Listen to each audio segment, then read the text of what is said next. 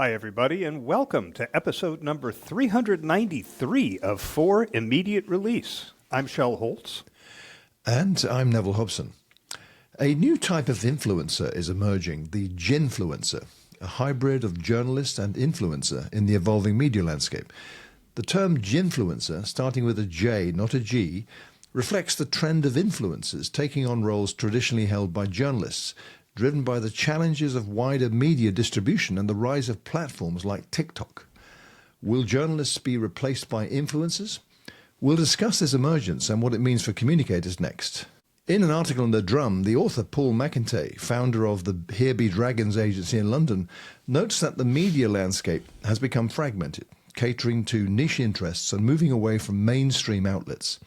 This shift has led to the creation of more trusted sources that offer deeper engagement metrics and a more loyal audience, which is highly sought after by brands. As legacy media grapples with new formats and audience consumption habits, McIntyre writes an unlikely battleground has emerged between journalists and influencers. UK publisher Reach, owner of the Daily Mirror, the Daily Express, the Manchester Evening News and several local titles, became the poster child of this tussle when it announced 450 redundancies last year and planned to hire influencers instead of journalists.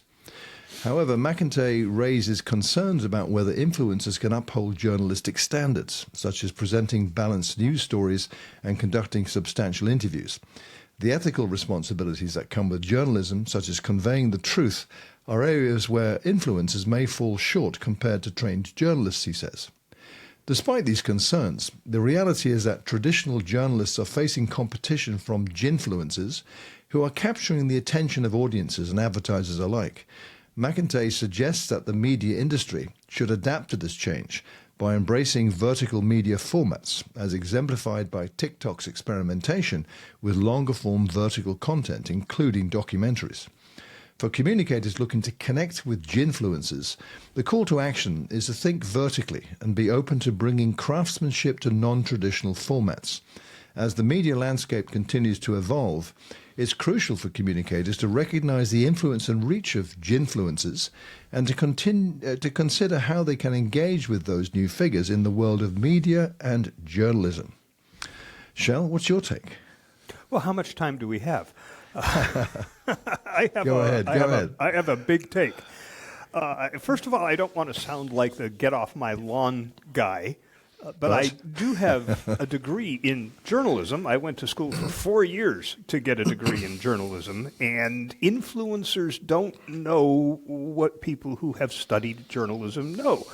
They teach you how to gather information from sources that influencers may not be aware of. They teach you how to analyze it. They teach you critical thinking, which is something that is not taught in a lot of schools, and based on what I've read from some influencers, hasn't been taught to them, and a variety of other things. Media law, for example. I don't have a problem with influencers sharing journalistic news, and we see a lot of that on TikTok. We may not see that in the U.S. in 6 months based on this absurd legislation that passed the House just yesterday. That's a whole other episode. We can't take the time for that. But I don't have a problem, though, with journalists becoming influencers. And in the article at The Drum, the bottom of that had a list of some to pay attention to. And most of them started as journalists. They have just amassed a lot of followers and become influencers. So best of both worlds, and I think that's fine. I remember many years ago, I was asked to come out to San Jose State University by Bill Briggs, who was the chair of the journalism department, to talk about social media and new media to the journalism faculty there.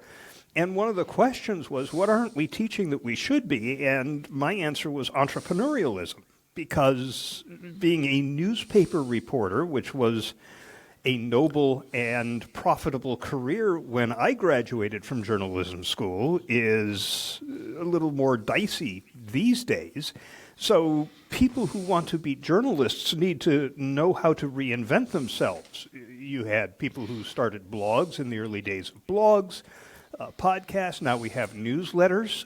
Casey Newton is definitely a journalist, and Platformer is a newsletter. He was on one platform, and now he's on Ghost, as a lot of people are. And I think reinventing yourself as an influencer, as long as there is a way to earn a living at it and uphold the standards of journalistic integrity, is just the next iteration or a next iteration of how journalists share their journalism. But to take somebody who's, in high school saying, I want to be an influencer and I think I'm going to do it with news, if journalists and media are not trusted now, wow, just wait, based on the kind of content that they're likely to produce. So, this could be good if it's done the right way. It could be awful. And I suppose we're just going to have to wait and see how it shakes out. Yeah, I think you're going to see both of those things, Shel. Reading down in McIntyre's piece in The Drum, I thought it was a really good take overall. He mentioned some things you noted right at the bottom of the article. It lists a number of people. A little bit before that, he talks about where is this actually all going. And he had a couple of, I think, quite thought-provoking comments in here. One of which relates to something you just mentioned. He references a guy called Ross Atkins at the BBC. He's very well known here, obviously, but he is a journalist who spotted the trend for short-form video content pretty early. And he's now gained an excellent reputation as the go-to guy for short video explainers on topical issues in current affairs and things that are going on that you don't see explained so well as he can do it with his short-form video content. So he's delivering this at scale across mainstream social media and on primetime TV. So, as McIntyre says in his concluding point, would-be jinfluencers can simply replicate that model. And that doesn't necessarily require a whole lot of background to do that. He also goes into, to me, an interesting potential discussion piece that terminates when he finishes the article about the ethics involved. As he says, once an influencer crosses the threshold to become a jinfluencer, there are ethics involved, something trained journalists are pretty good at, being the conveyors of truth and all that. And influencers often lag in that. So are traditional journalists at threat from jinfluencers stealing the lunch? In short, yes, says McIntyre. While high-profile and specialist national and international reporters can sleep easy, formats are changing. And up-and-coming journalists now need to be equipped with a range of new skills that are socially native. Presenting skills, video editing, community management, and channel distribution, particularly for titles that profess to talk to a younger audience. And there's method in the madness, if you will, in citing TikTok as the kind of exemplary example, as it were, on the new way in which people are using this medium to connect with people. And those names you mentioned earlier at the end of the article, some of the folks who he mentions range from somebody who's got 500,000 followers on TikTok, who was a journalist, is now a jinfluencer. You've got then others. I like this one in particular, a BBC reporter who just got 83,000 followers on TikTok, but she posts behind-the-scenes videos, stories from South Asian communities and news roundups, and that's a very niche audience. You won't get that, just that, obviously, on mainstream TV or other sources, but from someone like this, you might.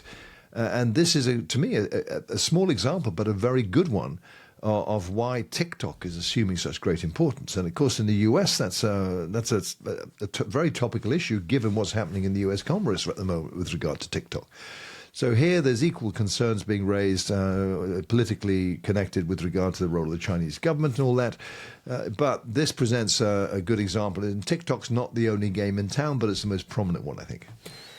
One other issue leaps to mind for me, and that is looking back to micro-influencers. These were the people who tended to have smaller followings, but around niches. If you remember back when you and I did an assignment for Encyclopedia Britannica, Yeah, I we remember were that. reaching out to bloggers who blogged about encyclopedia type stuff. We were looking at teachers, Yeah. and librarians, and these didn't have the numbers that your big influencers had.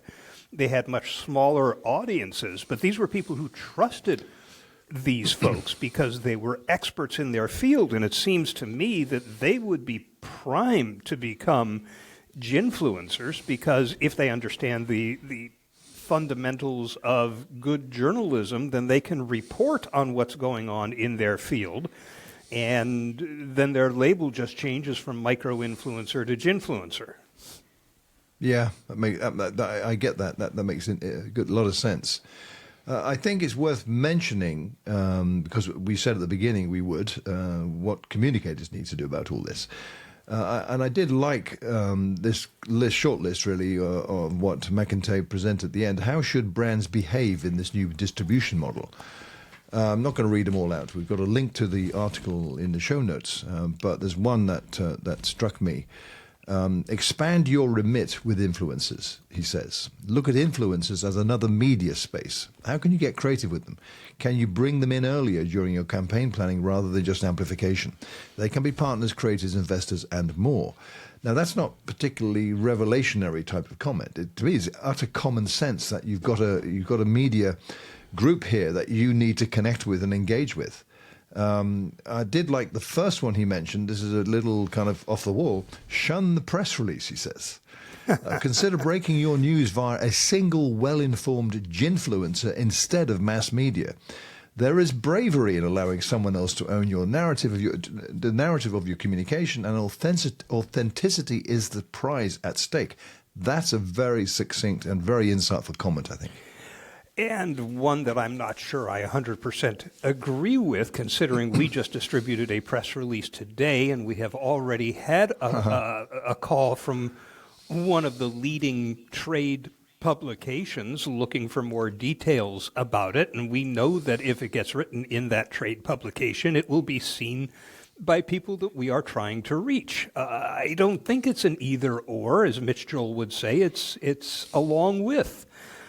So Could be. Could be. And also, we issue a press release, and suddenly it appears in its complete form in 50 different places. Yahoo Finance, for example, which does a tremendous amount of good for our SEO. And I don't know that, releasing to a single jinfluencer is going to have that much SEO impact for as long as SEO remains a valid goal. Well, like McIntyre says, there is bravery at stake here, and the goal is authenticity, so who knows? But yeah, clearly this is not for everyone, of course, but although he writes it as if it ought to be. So he's setting his stake in the ground, that's for sure. But it's an interesting picture that prompted this discussion from this article in The Drum, and I think it's definitely worth paying close attention to the rise of this group of people who are, nano-influencers. That's a phrase we used previously. Niche communities. Although niche, how small is niche or how big is niche? I mean, if people got 500,000 TikTok followers following every mention of whatever they talk about in a particular area of interest, then I would say, to your point, this is complementary to your other activities in public relations. So the press release has a role still, I'd say. Another question is, how do you find a jinfluencer for your particular industry or the topic at hand? I mean, you can't go to the media databases that are available out there, the muckracks of the world and decisions of the world, for example.